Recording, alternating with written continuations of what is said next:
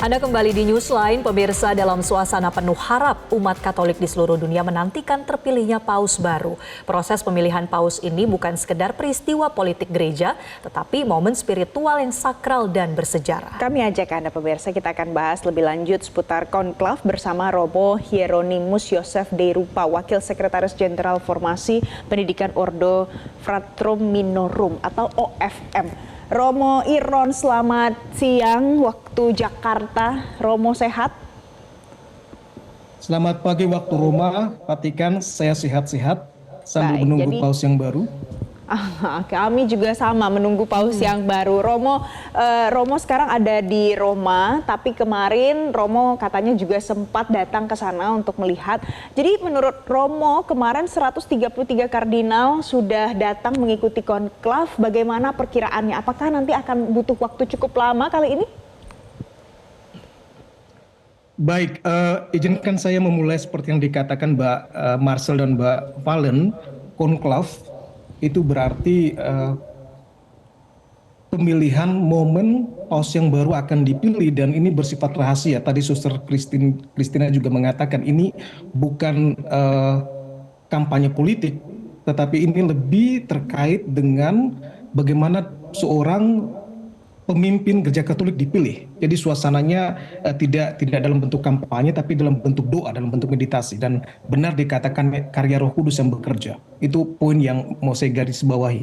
Nah, yang kedua terkait dengan 133 calon yang datang, harus diakui ini konklav yang saya menyebutnya ada 3K di sini.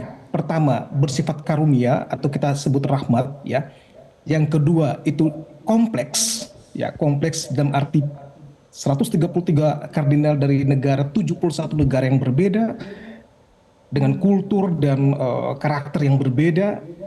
Kemudian K yang ketiga, karunia kompleks, yang saya lihat juga dalam kaitan dengan krusial. Ini menantang, sangat krusial pilihan paus ini. Kenapa? Karena Paus Fransiskus telah memberikan sebuah jalan kepada gereja yang kalau kita katakan tidak hanya bagi orang yang dibaptis gereja Katolik, tapi gereja juga milik semua orang, gereja yang terbuka. Nah, ini yang menarik yang diwarisi oleh Paus Fransiskus, gereja yang terbuka kepada semua orang, gereja yang membuka pintunya kepada siapapun, khusus pada mereka yang lemah atau yang kecil, ya. Nah, 133 kardinal yang hadir untuk memilih, kalau dikatakan siapa calon, ya 133 orang itu yang menjadi calon. Ya, kendati kita tahu bahwa ada nama-nama yang disebut di sana. Nah, 133 orang itu hadir, dan Anda ingat bahwa sebelum konklav, kita tahu setelah Paus meninggal, Fransiskus meninggal, itu terkait dengan ada masa di mana disebut pertemuan umum atau Congregazione Generale.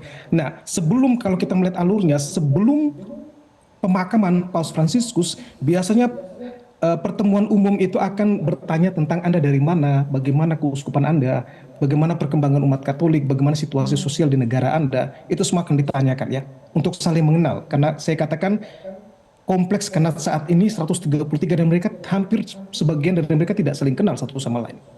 Kemudian pasca pemakaman Paus Fransiskus itu kelihatan pertemuan umum itu lebih terarah pada diskusi-diskusi masalah-masalah sentral dalam gereja. Ya, bagaimana gereja mau dibawa dalam kepemimpinan paus yang baru. Nah, ini yang menjadi penting, ya. Ini yang menjadi penting. Jadi boleh dikatakan fase 133 ini yang menjadi kesulitan adalah mereka belum saling kenal, ya, sebagian besar dari mereka belum saling mengenal. Kemudian mayoritas dari mereka yang kurang lebih 80% dari 133 dipilih oleh Paus Fransiskus. Kalau kita lihat, banyak dari mereka yang harus diakui tidak bisa berbahasa Italia. Dan kita tahu kita sedang memilih uskup Italia, uskup Roma, dan itu salah satu kriteria. Jadi maksud saya tidak terlalu mudah, tidak hanya jumlahnya tapi juga kompleksitas persoalannya. Ya, Romo Iron, tadi Anda sebutkan atau tekankan berkali-kali ya bahwa 133 kardinal yang ikut ini sebetulnya cukup kompleks dari 71 negara. Tapi mungkin ada informasi juga bahwa biasanya atau dalam konstitusi apostolik ini seharusnya 120 kardinal saja yang mengikuti konklav. Nah, apakah ada makna tersendiri Romo ketika tahun ini atau saat ini diikuti 133 kardinal? Baik, ini salah satu tema yang dikatakan kompleksnya, yang saya katakan tadi. Kalau bicara kompleks persoalan dalam gereja, yang pertama jumlahnya banyak, kemudian temanya. Nah, salah satu tema yang Anda sebutkan ini, bahwa Paus Fransiskus memberikan banyak kardinal pada masanya, 108, sehingga yang menjadi kardinal elektor ini menjadi ada 133. Apa maknanya? Yang saya bisa lihat, yang saya baca bahwa Paus Fransiskus membuat sebuah, saya mengatakan revolusi dalam gereja. Dalam arti tertentu, gereja dibuat menjadi satu tempat di mana seluruh kardinal dari seluruh dunia itu bisa hadir dan bisa memberikan suaranya. Ada wajah gereja yang tidak, kalau saya boleh katakan, tidak Eropa sentris, tidak ke barat ya, tapi lebih pada gereja yang dikatakan Katolik, universal. Maka makna dari kenapa lebih dari 120, hemat saya, Paus Fransiskus menunjukkan wajah gereja yang sebenarnya adalah wajah gereja yang universal, yang Katolik. Tidak hanya diwakili oleh kardinal-kardinal yang sebelumnya banyak dari Eropa. Ya, kalau kita lihat komposisi misalnya pertambahan dari Asia misalnya ada 23 kardinal. Itu jumlah yang cukup banyak ya. Atau misalnya ada beberapa negara yang tidak pernah mengikuti konklaf sampai 2013, Haiti misalnya. Itu tiba-tiba maksud saya kardinalnya hadir untuk tahun ini. Jadi maksud saya kenapa 133 itu menunjukkan Paus Fransiskus menunjukkan gereja tidak hanya, mohon maaf, tidak hanya dalam perspektif Eropa. Gereja sedang dibuka menjadi wajah kita semua. Itu seperti dalam Konsili Vatikan kedua dikatakan gereja adalah wajah dari umat Allah seluruh dunia, bukan hanya milik Eropa atau milik kelompok tertentu. Nah, itu maknanya saya kira simbolik dari 133. Satu simbol yang kemudian bisa diterjemahkan gereja begitu terbuka setelah ini adalah peninggalan Paus Fransiskus. Nah, yang paling menarik adalah Romo Iron, jadi beberapa waktu terakhir ini muncullah banyak sekali nama-nama yang menurut masyarakat berpotensi besar menggantikan posisi Paus Fransiskus. Sedangkan di sisi lain Anda mengatakan, banyak juga romo-romo lain yang mengatakan ini bukanlah sebuah pertarungan politik di dalamnya. Ada hal lain yang bisa mengatur soal ini. Nah, apa respon Anda soal foto-foto ataupun nama dan profil orang-orang yang digadang-gadangkan bisa menggantikan Paus Fransiskus? Baik, saya kira manusiawi ya, karena seringkali kita mesti melihat dalam sejarah gereja antara katakanlah politik dan gereja itu selalu kita katakan kadang-kadang dia bisa kawin mawin gitu ya. Dalam sejarah gereja terjadi itu. Dan ini yang kita lihat juga seperti kita lihat bagaimana Trump memberikan pernyataan dia mendukung Dolan misalnya kardinal dari New York. Kemudian ada juga misalnya informasi di Prancis ada pertemuan dengan para kardinal, dengan pimpinan negara, tampaknya ada upaya-upaya untuk mempengaruhi secara politik, untuk mempengaruhi gereja. Tapi hemat saya, wajah-wajah yang ditampilkan sebagai calon-calon kuat, ini lebih dalam perhitungan politik dalam perhitungan politik, katakanlah politik manusiawi, bukan gereja. Ya. Tapi kenapa nama-nama itu muncul, ya? Karena misalnya kita sebut Parolin misalnya ya, Anda lihat Pietro Parolin misalnya, kenapa itu muncul misalnya? Karena memang figur ini kalau saya katakan tadi salah satu persoalan pertama adalah tidak saling mengenal para kardinal, tapi tokoh seperti Parolin, tokoh seperti Tagle, tokoh seperti Truxon, seperti ini figur-figur yang dikenal dari para kardinal itu sendiri. Mereka kenal, sudah dikenal oleh para kardinal termasuk Pizzaballa, mereka dikenal oleh para kardinal punya peran penting dalam gereja maupun dalam politik. Kemudian mereka juga harus dikatakan mereka mengerti dalam arti tertentu bagaimana ritme atau hierarki gereja di Roma bekerja, ya kan? Jadi kita bayangkan kalau terpilih seorang paus yang tidak mengenal bagaimana mekanisme gereja Katolik di Roma bekerja, ini menjadi kesulitan. ya. Oke. Atau misalnya mohon maaf dia tidak bisa berbahasa Italia, Romo Iron, agak repot jadi- karena umatnya mayoritas Itali, Roma. Oke, Romo Iron, jadi kalau seandainya yang selama ini dikenal itu karena mungkin aktif menyuarakan sesuatu, apakah itu akan menjadi salah satu indikator pada saat kardinal menentukan siapa pilihan mereka?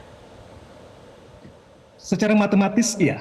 Secara matematis manusiawi iya. Kita bisa katakan, kalau saya katakan secara matematis kita harus akui Parolin menjadi calon yang paling kuat saat ini. Pertama, sekali lagi saya katakan dia sekretaris negara Vatikan. Yang kedua, dia mengetahui betul bagaimana irama dari kerja di Vatikan.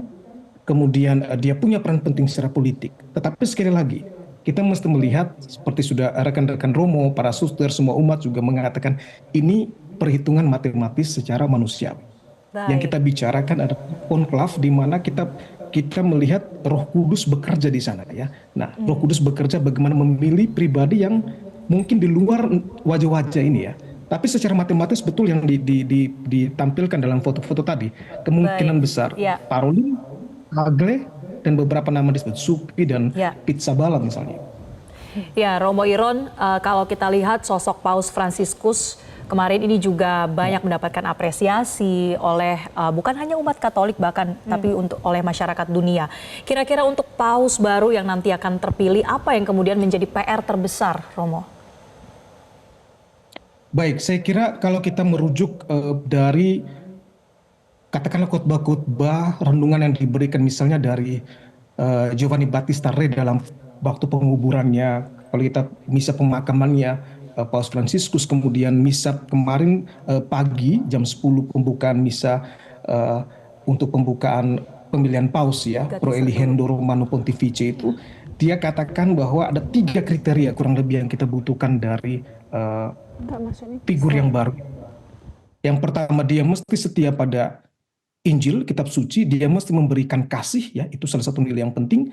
Kasih artinya dia Paus yang terpilih mesti memberikan dirinya sendiri, berani untuk menyerahkan dirinya sendiri untuk kebaikan gereja, untuk kebaikan juga dunia ya. Nah, ini yang menjadi ciri yang penting pertama, orang yang memiliki Paus yang memiliki kasih dalam dirinya. Yang kedua, harapannya tantangannya itu adalah dia bagaimana Paus bisa terbuka, membuat gereja terbuka sebagaimana Paus Fransiskus membuka diri kepada semua. Artinya gereja tidak lagi tertutup pada dirinya sendiri, tapi menjadi rumah bagi semua orang, bahkan mereka yang tidak beriman. Orang datang ke gereja bisa merasa nyaman, bisa merasa tenang, bisa merasa damai, tanpa harus, kita katakan tanpa harus dibaptis misalnya. Ya, karena kita ingat bahwa tinggal dalam dunia yang sama, persoalan kita sebagai manusia, persoalan yang sama, kendati kita berbeda agama. Yang ketiga, poin penting tadi, kasih keterbukaan gereja kepada di luar gereja. Yang ketiga yang tidak kalah pentingnya adalah kesatuan gereja di dalam gereja itu sendiri. Jadi 3 poin ini. Baik. Injil, kasih, buka kepada umum, dan menjaga kesatuan, harmoni dalam gereja Katolik. Ini menjadi 3 hal yang saya kira perlu dijaga oleh Paus yang baru yang diwariskan oleh Paus Fransiskus ya. Oke, jadi ada 3 poin yang disampaikan oleh Romo Iron, mudah-mudahan bisa memberikan pencerahan pada masyarakat juga yang punya harapan mudah-mudahan Paus baru nanti bisa menapaki jejak yang sudah ditinggalkan oleh Paus Fransiskus. Romo Hieronymus Yosef de Rupa, terima kasih karena sudah memberikan perspektif baru di Newsline siang hari ini. Terima kasih Romo Iron. Terima kasih Romo. Jelajahi cara baru mendapatkan informasi. Download Metro TV Extend sekarang.